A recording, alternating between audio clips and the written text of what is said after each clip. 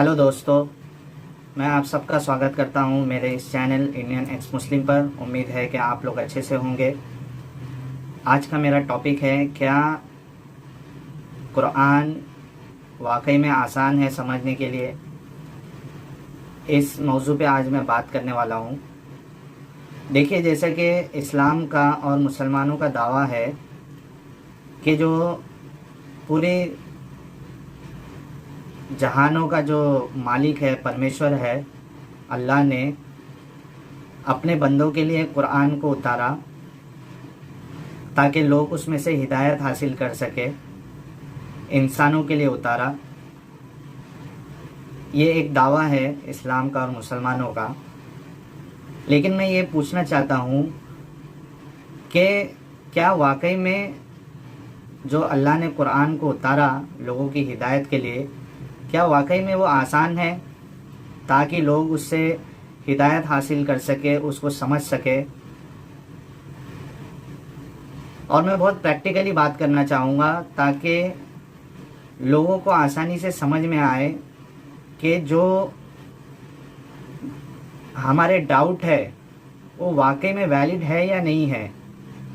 अल्लाह ने कुरान को उतारा लोगों की हिदायत के लिए, तो उसको कितना आसान होना चाहिए था।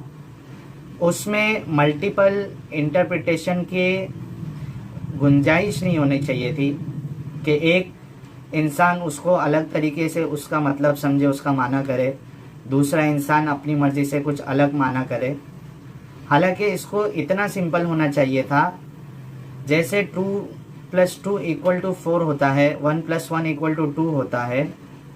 तो दुनिया का कोई भी इंसान इसको 1 + 1 = 2 ही समझता है। 1 + 1 = 5 या 4 कोई नहीं समझेगा। उसी तरीके से जो हमारा रब है या पालनहार है या परमेश्वर है, अगर उसने भी अपने बंदों के लिए किताब उतारी है तो उसको भी इसी तरीके से उतारना चाहिए था कि लोग उसकी बात को समझ जाते।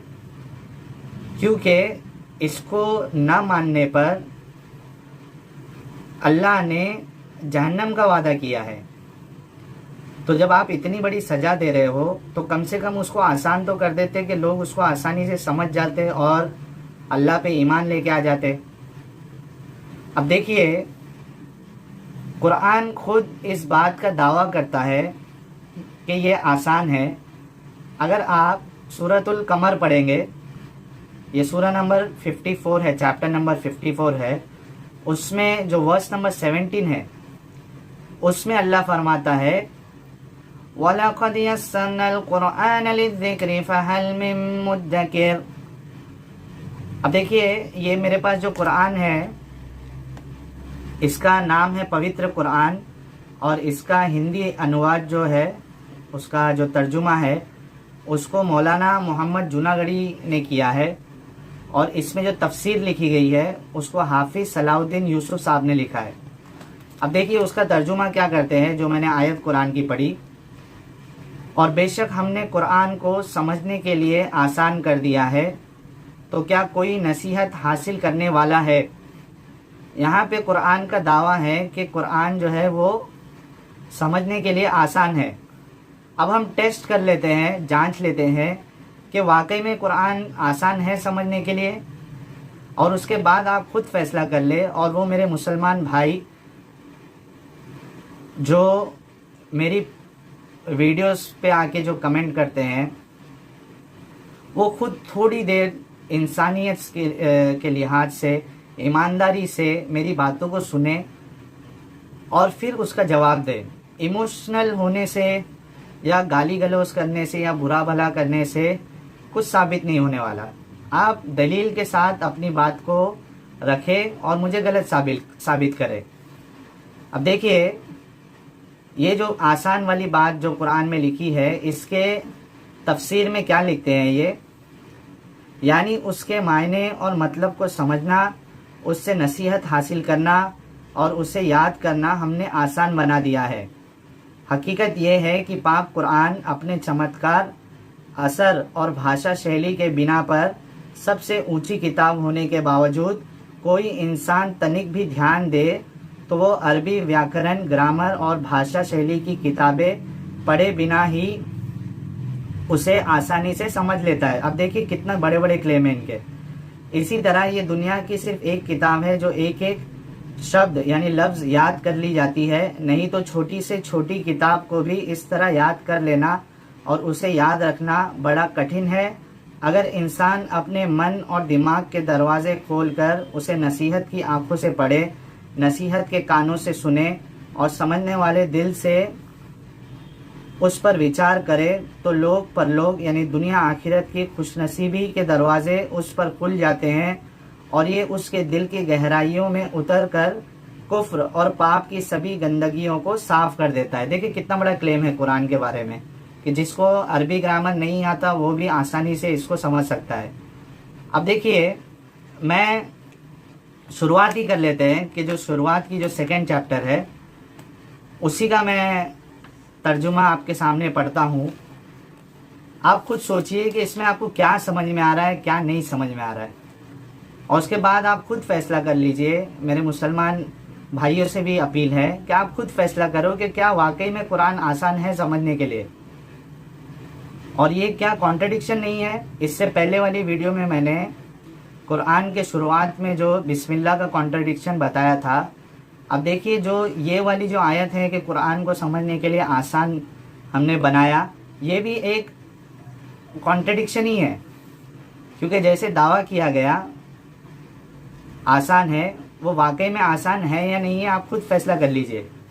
और आसान नहीं है इसको समझना, तो ये कॉन्ट्रडिक्शन ही माना जाएगा। अब देखिए जो सूरह बकरा है, इसका चैप्टर नंबर 2 है, उसकी शुरुआत देखिए, अलिफ लाम मीम। अब ये अलिफ लाम मीम जो पहली आयत स्टार्ट हो रही है, इसका कोई माना ही नहीं है, इसमें इसका कुछ माना ही नहीं है। मुसलमानों को इसका मतलब ही नहीं पता है। अब खुद सोचिए, एक आसान किताब समझने के लिए उसमें ऐसी आयत है जिसका मतलब किसी को नहीं पता है। और ये क्यों ऐसी आयत है कि जिसका मतलब ही नहीं पता है? कॉन्स्टिट्यूशन आप बोल रहे हो जिसको कि ये एक कॉन्स्टिट्यूशन है इंसानियत के लिए, इसको फॉलो करना चाहिए, तो कॉन्स्टिट्यूशन की बातें ऐसी होती है जिसका कुछ मतलब ही नहीं होता, जिसका मतलब किसी को पता ही नहीं है। अब आगे बढ़ते हैं। इस किताब में कोई शक नहीं परहेजगारों को हिदायत करने वाली है, जो लोग गैब पर ईमान लाते हैं और नमाज को कायम करते हैं और हमारे ज़रिए अता किए हुए माल में से खर्च करते हैं, और जो लोग ईमान लाते हैं उस पर जो आपकी ओर उतारा गया और जो आपसे पहले उतारा गया, और वो आखिरत पर भी यकीन रखते हैं। यही लोग अपने रब की ओर से सच्चे रास्ते पर हैं और यही लोग कामयाबी हासिल करने वाले हैं। बेशक काफिरों को आपका डराना या न डराना समान है, ये लोग ईमान न लाएंगे। अल्लाह ताला ने उनके दिल और कानों पर ठप्पा लगा दिया है और उनकी आंखों पर पर्दा है और उनके लिए बड़ा अजाब है। और लोगों में से कुछ कहते हैं हम अल्लाह पर और आखिरी दिन पर ईमान लाए हैं, लेकिन हकीकत में वे ईमान वाले नहीं हैं। वो अल्लाह को और ईमान लाने वालों को धोखा दे रहे हैं, लेकिन हकीकत में वो खुद अपने आप को धोखा दे रहे हैं और उनको समझ नहीं है। उनके दिलों में रोग है, अल्लाह ने उनके रोग को और बढ़ा दिया है। उनके झूठ बोलने के कारण उनके लिए दर्दनाक अजाब है। और जब उनसे कहा जाता है कि धरती पर बिगाड़ मत पैदा करो, तो जवाब देते हैं कि हम तो सिर्फ सुधारक हैं। सावधान, हकीकत में यही लोग बिगाड़ पैदा करने वाले हैं, लेकिन समझ नहीं रखते। और जब उनसे कहा जाता है कि दूसरे लोगों की तरह तुम भी ईमान लाओ, तो जवाब देते हैं कि क्या हम ऐसा ईमान लाए जैसा मूर्ख लाए हैं। सावधान, हकीकत में यही मूर्ख है, लेकिन ये नहीं जानते। और जब ईमान वालों से मिलते हैं तो कहते हैं कि हम भी ईमान वाले हैं, और जब अकेले में अपने बड़ों के पास जाते हैं तो कहते हैं कि हम तो तुम्हारे साथ हैं, हम तो केवल उनसे मजाक करते हैं। अल्लाह ताला भी उनसे मजाक करता है और उनको सरकशी और बहकावे में और बढ़ा देता है। ये वे लोग हैं जिन्होंने गुमराही को हिदायत के बदले में ख़रीद लिया है, लेकिन इनका व्यापार न फ़ायदेमंद हुआ न वो हिदायत हासिल कर सके। इन लोगों की मिसाल उस इंसान जैसी है जिसने आग जलाई, लेकिन जब आग ने उसके आसपास को रोशन कर दिया तो अल्लाह ने उनकी रोशनी छीन ली और उन्हें अंधेरे में छोड़ दिया जो नहीं देखते। ये गूंगे, बहरे और अंधे हैं, अब ये लौटने वाले नहीं हैं। ये आकाश की वर्षा की तरह जिसमें अंधकार गरज और बिजली हो, बिजली की गरज के कारण मौत से डरकर वे कानों में उंगलियां डाल लेते हैं और अल्लाह ताला काफिरों को घेरने वाला है। लगता है कि बिजली उनकी आंखें झपट लेगी। जब उनके लिए उजाला करती है तो चलते हैं और जब अंधेरा करती है तो खड़े हो जाते हैं। और अगर अल्लाह चाहे तो उनके कानों और आंखों को छीन ले। बेशक अल्लाह हर चीज़ पर कुदरत रखने वाला है। अब देखिए, मैंने 20 आयतों को पढ़ा, उसका यानी उसका तर्जुमा पढ़ा। अब आप खुद फैसला करिए कि इसमें क्या समझ में आया आपको। ये किसके बारे में बात हो रही है, क्या हो रहा है, क्या सीक्वेंस है, आपको कुछ समझ में आया?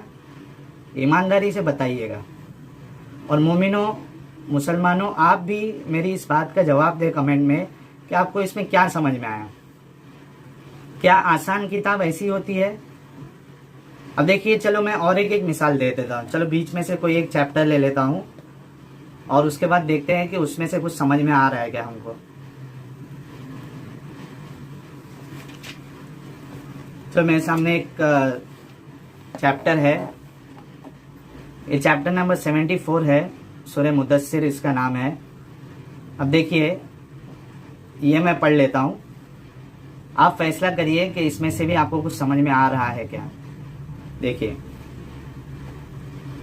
या अय्युहल मुद्दस्सिर, हे कपड़ा ओढ़ने वाले, कुम फअंज़िर, खड़ा हो जा और होशियार कर दे, व रब्बका फकब्बिर, और अपने रब की ही महिमा बयान कर, व सियाबका फतहिर, और अपने कपड़ों को पवित्र रखा कर, व रुज्ज़ फहजुर, और अपवित्रता को छोड़ दे, वला तमनुन तस्तक्सिर, और एहसान करके ज़्यादा लेने की इच्छा ना कर, वलिरब्बिका फस्बिर, और अपने रब के रास्ते में सब्र कर, फ़इज़ा नुकिरा फ़िन्नाक़ूर, तो जब नरसिंघा में फूका जाएगा, फ़ज़ालिका यौमइज़िन यौमुन असीर, तो वह दिन बहुत कठोर दिन होगा, अलल काफ़िरीन गैरु यसीर,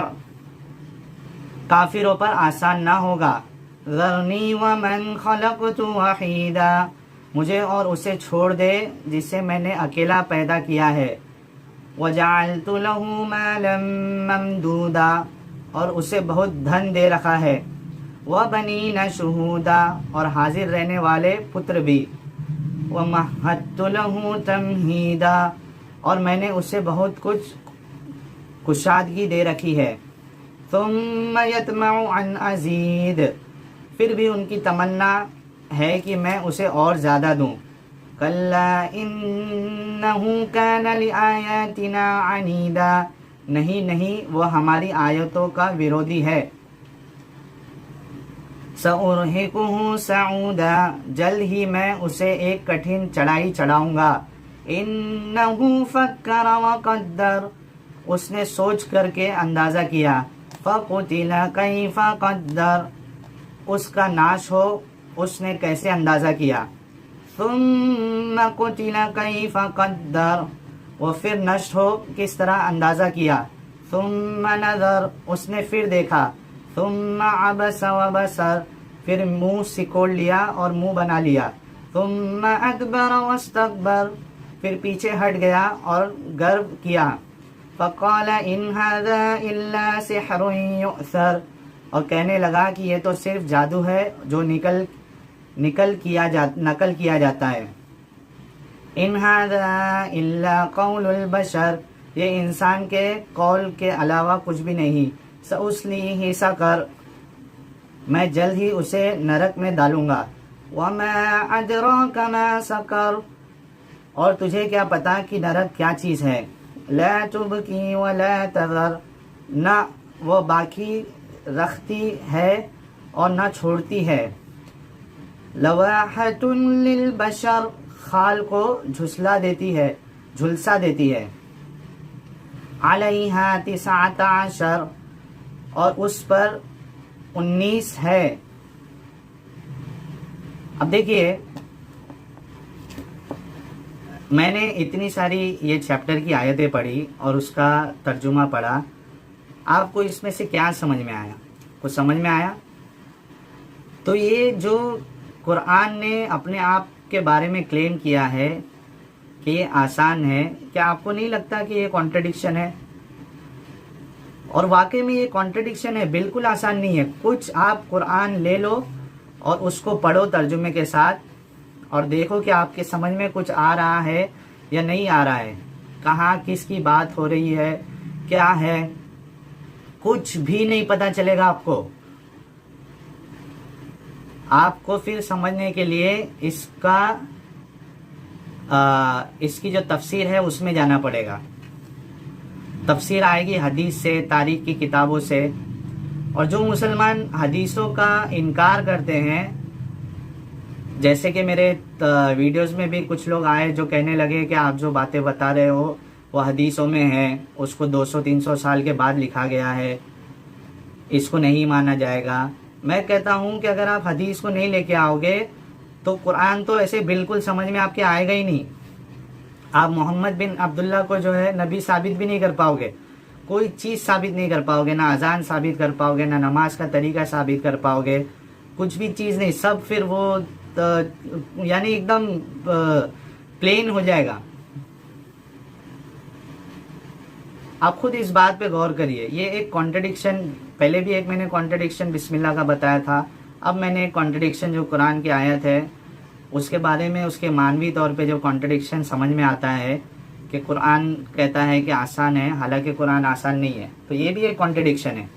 और आप खुद सोचो ना यार कि इसी कुरान की बुनियाद पर इस्लाम में टेररिज्म आया, यानी जो लोग अल्लाह के नाम पे टेररिस्ट अटैक किए उनका भी यही दावा है कि हम कुरान के हिसाब से काम कर रहे हैं। उसी तरीके से जो अलग अलग फ़िरके बने इस्लाम में, उसकी बुनियाद भी कुरान ही है। कुरान को अपने अपने तौर पे उन्होंने समझा और उस बुनियाद पे फ़िरके बने। तो इसका जिम्मेदार कौन है? अगर अल्लाह ने इसको आसान बनाया होता, इसको एक ही इंटरप्रिटेशन का यानी उसको ऐसा बनाता कि उसमें से सिर्फ एक ही इंटरप्रिटेशन हो पाता, मल्टीपल इंटरप्रिटेशन नहीं होते, तो ये फसाद ही नहीं होता, फिरके भी नहीं बनते, आसान भी हो जाती किताब। बिल्कुल आसान नहीं है किताब। तो आप इस बात पे गौर करिए। मैं मेरे सभी व्यूअर्स से ये रिक्वेस्ट करना चाहूँगा कि आप मेरी वीडियोस को शेयर करना ना भूलें, लाइक करे, डिसलाइक करे। जो डिसलाइक कर रहा है वो वजह बता दे, कोशिश करूँगा उसका मैं जवाब देने के लिए। ज़्यादा से ज़्यादा शेयर करते रहिए वीडियोस को, ताकि जितनी ज़्यादा शेयर होगी उतना ये बातें जो है वो मुसलमानों तक पहुँचेगी, और बहुत मुमकिन है कि उसमें से कुछ मुसलमानों की आंखें खुल जाए और इसमें आपका कंट्रीब्यूशन भी होगा। फिर हो सकता है कि उनके अंदर भी इंसानियत आ जाए। तो इस काम को आप ना भूलें, शेयर करना ना भूलें वीडियो को। उम्मीद है कि वीडियो आपको अच्छी लगी होगी। अपना ख्याल रखिए।